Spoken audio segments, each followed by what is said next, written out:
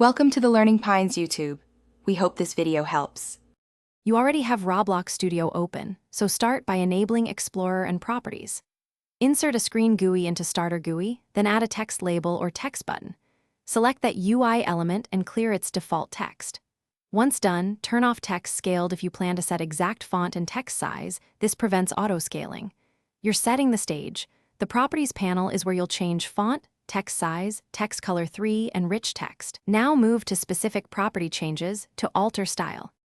Now change the font property and pick a desired Roblox font like Gotham or Source Sans. This controls letter shapes. Next, set text size for legibility. If you need dynamic scaling, add a UI text size constraint or enable text scaled.